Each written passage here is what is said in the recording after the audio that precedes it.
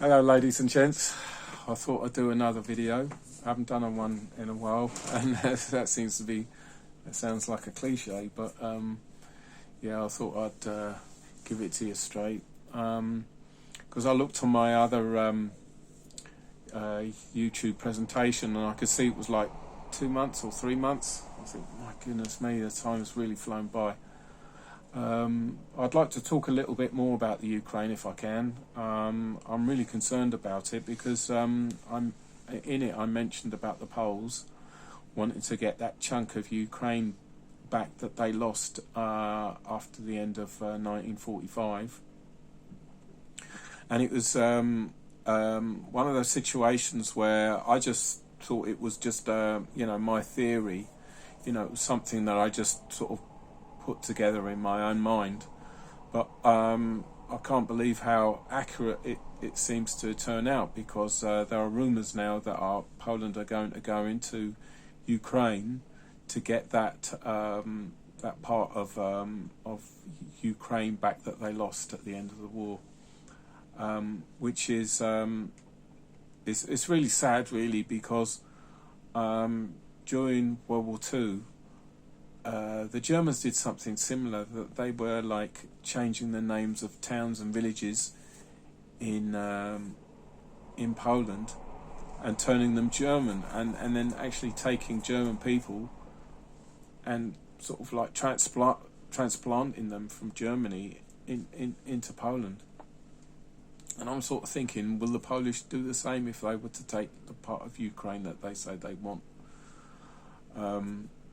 And then give those Polish names.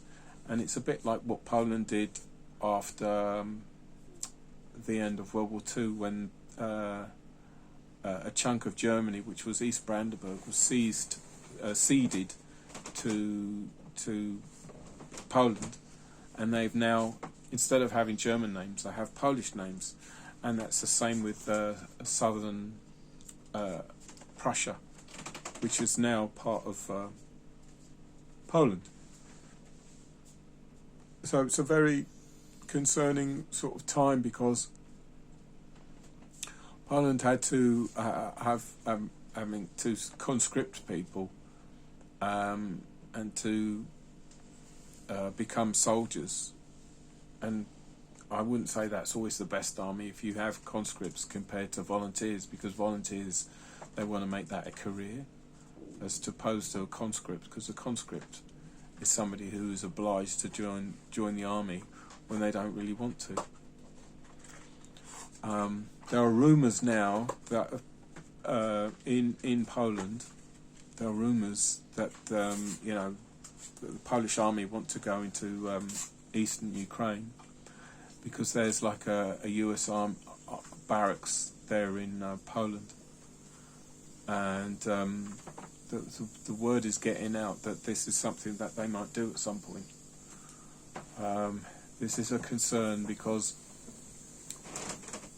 the Polish army will only have so much ammunition, and to fight any war you need to have a lot of ammunition, and if you don't have it, then what the effectiveness of your armies, it becomes limited. So it doesn't matter how many troops you have, if you don't have enough ammunition, therefore your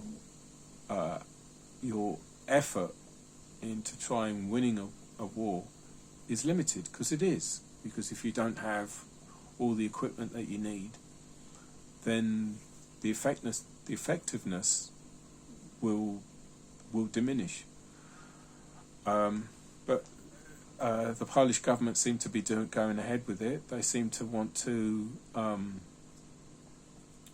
buy lots of equipment, war materials from the Americans, and of course that's good business for the Americans, because the military-industrial complex will always have contracts for work and producing these weapons. But for Poland, the taxpayer has to pay for it, and as a result, if they don't have enough money, then they're going to borrow it. So who ends up paying is the ordinary citizen. So that is really a concern. The other point I'd like to make regarding the war in Ukraine is the fences in Finland. Now that Finland is part of NATO and they are bordering the Russian Federation, they've built a fence, and it's from the top of Finland right down to the bottom. I mean, this is more symbolic than anything else, because I mean, if a war was to break out, a tank could just roll over the fence. But this is symbolic, and it's not new, you know, because my channel was, as you are well aware, is about the history of Berlin history, German history, from 1914 to 1994. And I was going through some of my books that I've got, because I've got a whole stack of books, that Berlin wasn't completely walled. You know, the idea that all of Berlin was walled in is not true. Most of it was a fence. Now, I've got one of the books that I dug out. If you can see that. This is Berlin. So you've got East Berlin, West Berlin, and you've got a wall going all the way down from north to south. But if you look around here, you will see it's barbed wire. It's a fence. It's not all walled in. So the idea of actually having a boundary, you know, a border of a country, is to have it fenced.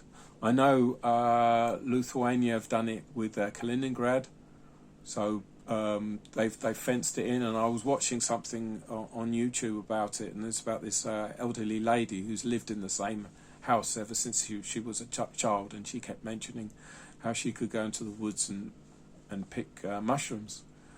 And but after they fenced in Lithuania, she was unable to go and, you know, go to those areas of the woods where she could pick mushrooms. So it's not new, but it does sort of make you think about, you know, boundaries, you know, the boundary function or the border of a country, because a lot of borders, they don't have fences at all. But Finland, for whatever reason, have decided to build a fence from the very north of Finland to the south. I know Hungary did it, but Hungary did it for a different reason. They were doing it because of the mass migration. So that's what their reason was. And then in Belarus, they have a fence, and it was again for refugees, to stop refugees from coming into their country. But it was just a point that I thought I'd make, because I thought because I'm so fascinated with the Berlin Wall and what it represents. We seem to be continuing with this idea of building fences, when really you would think that there wouldn't be any reasons to have them. So that's my point about that, what I'd like to make. What I've done is I've sort of dug out some of my books. These are not so much to review, because a lot of these books, I mean, that's, you know, goes on for, if I was to read every book, it would go on thousands and thousands and thousands of pages. So I'd want to sort of start off with the Hitler bunker, because it's something, a part of history that so many people seem to be fascinated. And where the confusion comes in with the Hitler bunker is really down to what Stalin decided to do. Because Russia were able, or the Soviet Union as it was known then, were the ones that actually got into the bunker.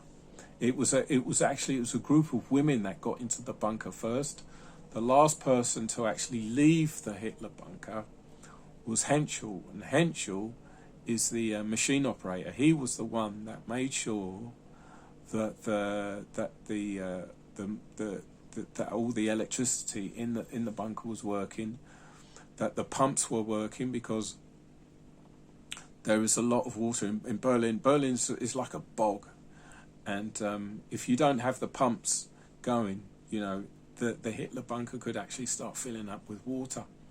So if you watch the bunker with Anthony Hopkins, I recommend that you do. You watch because it's on YouTube. It's not like you have to go out and buy the DVD. You will see that the American. Let's see if I can find it. His name here. There. Hold on a second.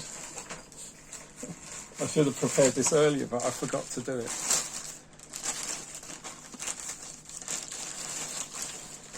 That's it. James P. O'Donnell in the movie The Bunker, which is, I believe, a lot of the information from the story when they wrote the script for the film The Bunker with that's portrayed with Anthony Hopkins as Hitler. It comes from this book. And when he went into the bunker, it was filling up with water, so you can actually see him walking through the bunker, and it's all full of water. And that was Henschel's job. Henschel's job was to make sure that the machines were working properly, and that the pump was working to stop the Führer bunker, or the Hitler bunker, from filling up with water. Henschel was the last person to leave the bunker. Rochus Misch, who was the second last person to leave the bunker, and he went into Russian captivity. He didn't get back to Germany until, I think, 1955, 1956. Whereas Henschel, he was freed in 1949. So actually, some of these the POWs, German POWs that were captured by the Russians, were released early, and which is amazing, really, because Stalin was still in power. Stalin was still the dictator, and he didn't pass away until 1953. So this is the book The Bunker, and look at that, it's really thick, and I've been reading it and rereading it and taking lots of notes because I want to talk about Fengerlein, because Fengerlein was part of the Hitler inner circle, and he was married to Gretel, which was Eva Braun's sister, and he was executed on the 28th of April 1945, 2 days before Adolf Hitler took his life. And he would have been, had he lived, he would have been Hitler's brother-in-law, because Hitler then, the day after, would marry Eva Braun, and it was actually Henschel that was had the bunker bugged. He actually bugged it, and because Henschel actually told James P. O'Donnell that's exactly what he did. So the conversations that, say, Fengerlein was having with Eva Braun, Hitler already knew about them. So it's a very interesting part of history that's easily overlooked and often not spoken about. Now, I'm doing all my research, and I'll show you. Look, I've got a pile of books here. Look at that. I've got a pile of books here, all on the Hitler bunker. This one, Last Days of Hitler, The Final Hours of the Führer, by Richard Dargy. Here's another one. Bunker 1945, The Last 10 Days of Adolf Hitler, by Christian Shakespeare. This looks like a self-published book, but what's so good about this particular book is there's a lot of photographs of the men that were in the bunker at the time. Because there's when you read these books, and you read like some adjutant or some officer, some corporal, and you don't always get the names, and you don't always get the you get the names, beg your pardon, but you don't always get the pictures of who these people really were, so that you know in your mind you get somebody's name, but and then I go through this, and all of a sudden I see photographs of people whose names I've read time and time again, but I don't know what they look like. But in this book it's really interesting because you get to see how you get a picture of who these people were and what they looked like. I know there were some before and after photographs, because you might not get them photographs as they were in uniform, but you would actually get a photograph of them 10 years later, and of course you can see that they're a lot older than what they were when they were in the bunker at the time. So this one's a good one. Bunker 1945, The Last 10 Days of Adolf Hitler by Christian Shakespeare. Is another one. This is Voices from the Bunker, The True Account of Hitler's Last Days by Pierre Galanti and Eugene Silanov. And this is really interesting because this is a book that took a while before I actually got it, because when I ordered it I thought I wasn't going to get it because I thought it might get lost in the post. Thankfully it did come through, and I'm glad I did. But this is all kind of like spoken from interviews taken from Trudel-Junge. Gosh, I had a blank there in my mind. Trudel-Junge, who was Hitler's fourth secretary. Now, if you've watched Hitler's Downfall, you will see at the beginning of the film. You will see the actress who portrayed Trudel-Junge is the one that's been interviewed by Hitler, and Hitler wants her to do some typing for her as he gives a testament, or and but she can't type fast enough, so she's making full of mistakes. But Hitler hired her anyway because she came from Munich, and because she came from Munich, and because the Nazi regime sort of started in Munich, that was the reason why he hired her. And you could see that she was quite a pretty girl. There's a picture of Trudel-Junge as a young woman, and then you see her. I think there's another one I've got here. There she is. It's an elderly lady. She married during the war. She lost her husband in the war, but she never remarried. So she stayed single until her death.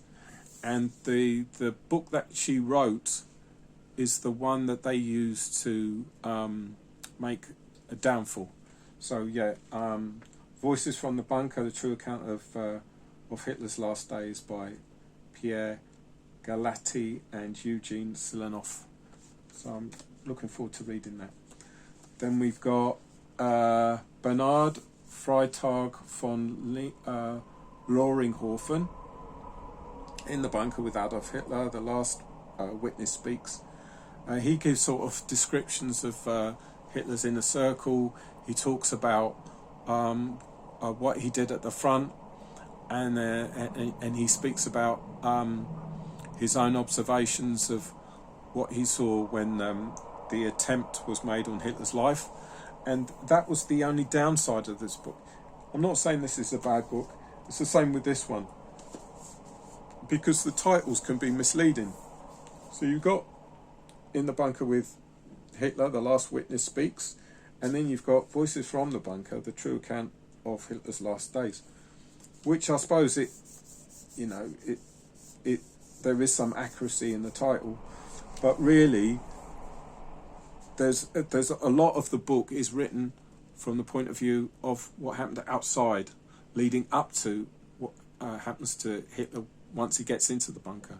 Whereas that bunker book is 100% in the bunker, whereas these books aren't. So it can be misleading. However, that shouldn't take anything away from their eyewitness accounts when they talk about what their experiences were leading up to going into the bunker. So you got those ones. You got Doppelganger, which is a book that says the truth about the bodies in the Berlin bunker by Hugh Thomas. I haven't read this one. Same as this one. The Death of Hitler, The Final Word, where they were actually getting a lot of the documentation that is in the Russian archive, and they were actually talking about having these translated, and they then went on to write a book about it. Another one of these books that requires a lot of time and patience and note taking. So I mean, I'm going to be really overwhelmed with the information that I'm going to get from these two books. So that's all about Hitler in the Fuhrer bunker, in the bunker. Then we have post-war. So the aftermath is just as fascinating as what happened during the war, and pre-war as well. You know, as I say, from say 1914 to 1939, this is fascinating to me as what the war years actually were. So this is the one I showed, Nemesis in Potsdam, the Anglo-Americans and the expulsion of the Germans, by Alfred M.D. Zayas, Z-A-Y-A-S, Zayas. And I showed this in my previous video, and this actually reminds me that when I showed the maps of Germany, I don't know if you remember that, but when I showed the maps of Germany, you'll see it was like back to front. So you'll see like I was like pointing east, but when you actually see it on video, you'll see it pointing west. So just to, you know, I just wanted to clear that up, and just by seeing this book, it reminds me of, it was my last video presentation was slightly back to front. So the maps were the sort of the long way round, as this, you know, because it was mirror image. So I'm just wanted to make that clear. So this is about the expulsion from from East Brandenburg and East Prussia. This is a sort of a dry book, you know, so it might be really a bit hard to get through this one, but it's still worth reading, because there's a lot of what I call hidden history. And hidden history is anything unpleasant that the Allies did that they don't want historians to know about, so they tend to hide the history. And this was made clear at the end of the end of the British Empire, where a lot of documents were deliberately destroyed in order for historians and for those that are still alive that in some way were affected by what the British did in the colonies, in the former colonies. There's one like in Kenya, of you know, because they were using internment camps, which is just a polite way of calling a concentration camp. You know, they don't use the term, they call it internment camps, of what the British did to the Mau Maus in Kenya. And so they what they did was, after the end of when Kinshasa was made the president of Kenya in 1963, a lot of the documents that that those of the colonies, of the former colonies, and of what was going on in Kenya was destroyed, but there were a few that were kept, and a lot of the survivors of the Mau Maus in the 2000s were able to go to the High Court and get compensated for some of the crimes that were committed against them. So yeah, a Nemesis in Potsdam, the Anglo-American and the expulsion of the Germans. It's really important reading from a historical perspective. Gruesome Harvest, the Allies' attempts to exterminate Germany after 1945. Also, this was a book that was published pretty much at the time. You know, it's not like this book was actually written sort of like a year or 2 or 3 years ago. This is a book that was published like in the 40s, but it's been reprinted.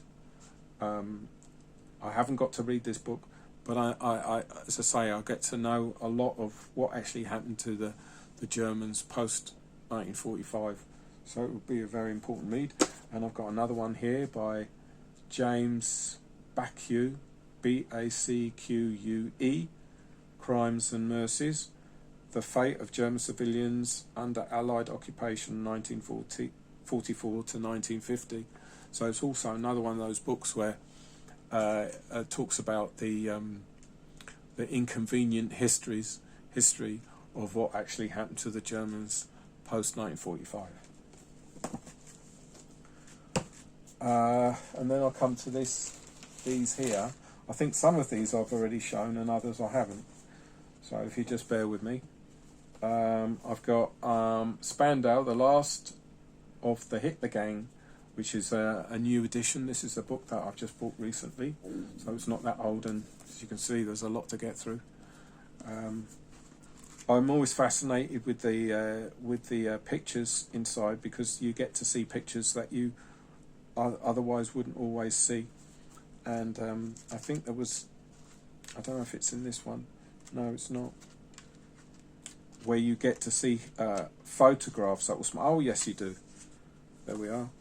So you actually get to see photographs of the inmates in Spandau. So, and of course this was something that was illegal, you know, you're not supposed to take photographs in you know, of the prisoners in Spandau, but these were the ones that were smuggled out.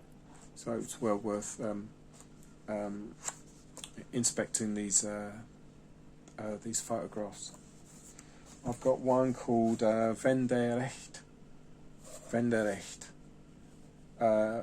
noch Menschlichkeit, which is, I'm not sure how to translate that, but it's a book on Hess. And what's really good about this book is it's all in German. You know, fortunately and unfortunately, because it would take me a lot longer to read through it. But this was published in 1974, and there's people saying that, you know, Hess was murdered, and there's others saying no, he wasn't, he committed suicide. I think the family believe that he was murdered, and there are others that believe that he took his own life. So how would anybody know, you know? But you know, we have our suspicions.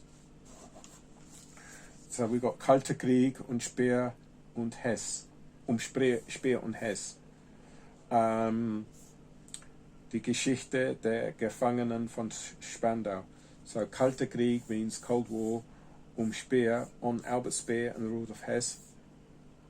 And then die Geschichte der Gefangenen, so that's stories of the prisoners from Spandau. And I made a mistake where, because I've got the book, it says Tales from Spandau, Nazi Criminals and the Cold War, by the same author, Norman J.W. Goda, and then Norman J.W. Goda. So I've got one book, which is the same book, but they got two different titles. It's the same book. They're both exactly the same, except one's in German, one's in English. And it was like one of those mistakes where I ordered the book because I was looking for new books on Spandau, and only to find out that I just ordered the one in German, except the title's different. So I look really stupid there.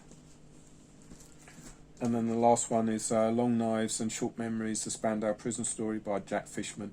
So Jack Fishman, he wrote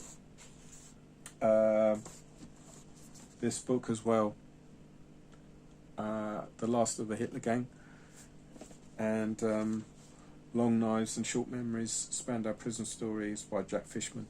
So post-war is just as fascinating to me as during the war, up to 1989, because then it sort of levelled out, because there was so much of the war that influenced the aftermath, that influenced the Cold War, and then the end of the Cold War, which was pretty much in the early 90s.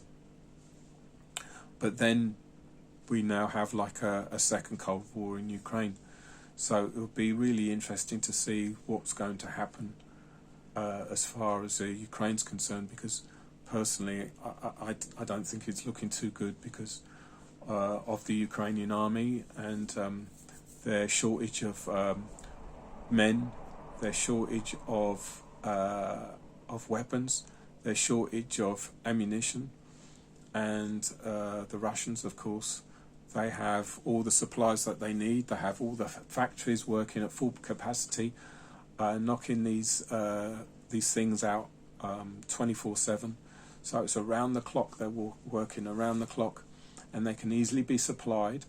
Whereas with the Ukrainians, the difficulty is with the Ukrainians is that they're having to get weapons from the United States, and some of these weapons they'll probably be having to wait a year or so because they're not made yet.